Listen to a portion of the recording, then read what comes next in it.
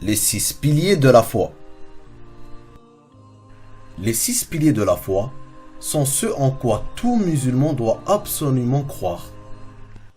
Ce sont des conditions sine qua non de la foi musulmane. Dans un hadith authentique, l'ange Gabriel, Jibril, demanda au prophète sallallahu alayhi wa sallam « Informe-moi de ce qu'est la foi ». Il répondit « La foi est que tu crois en Allah, seul et sans associé, en ses anges, en ses livres, en ses messagers, au jour dernier, et que tu crois au destin, bon et mauvais soit-il. » Tu dis vrai, répéta Jibril alayhi salam. Donc dans ce hadith, le prophète sallallahu alayhi wa sallam ainsi que Jibril nous informent de quoi est composée la foi. Pilier numéro 1. La croyance en Allah.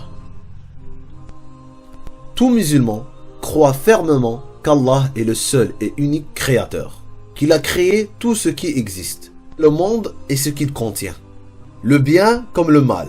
Il est le Seigneur, le pourvoyeur, le souverain, le juge, le tout-puissant.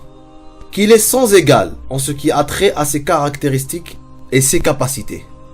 Qu'il donne la vie et cause la mort. Qu'il crée à partir de rien en disant « kun fayakun » soit et il est. Qu'il n'a jamais engendré et n'a jamais été engendré. Ce sont les concepts fondateurs de l'islam, de l'unicité pure, Tawhid. Pilier numéro 2. La croyance en ses anges.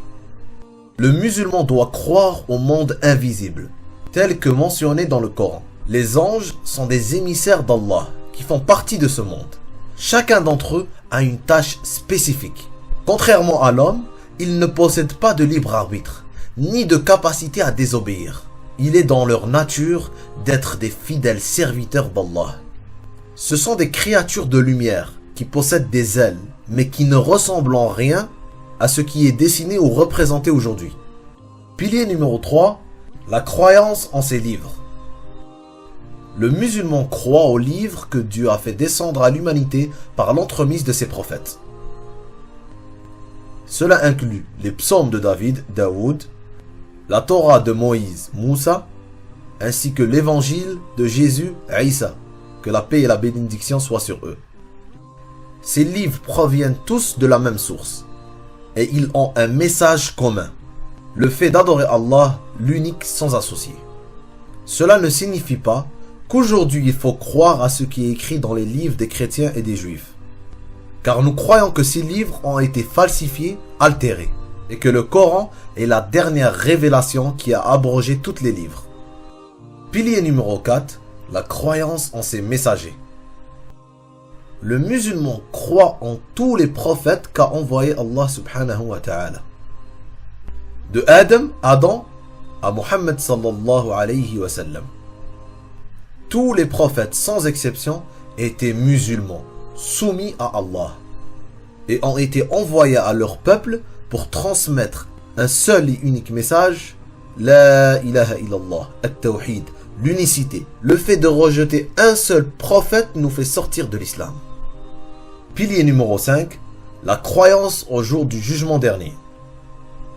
Tout musulman croit au jour du jugement dernier. Un jour où toute la création sera détruite pour être ensuite ressuscitée et jugée pour ses actions. Le jour où chaque individu sera interrogé sur la vie qu'il aura menée sur cette terre et la façon dont il a vécu. Cela implique la croyance à l'enfer et au paradis éternel. Car ceux qui auront été soumis à Allah musulmans entreront au paradis. Et ceux qui ont mécru entreront en enfer éternellement. Pilier numéro 6. La croyance à la prédestination en bien ou en mal.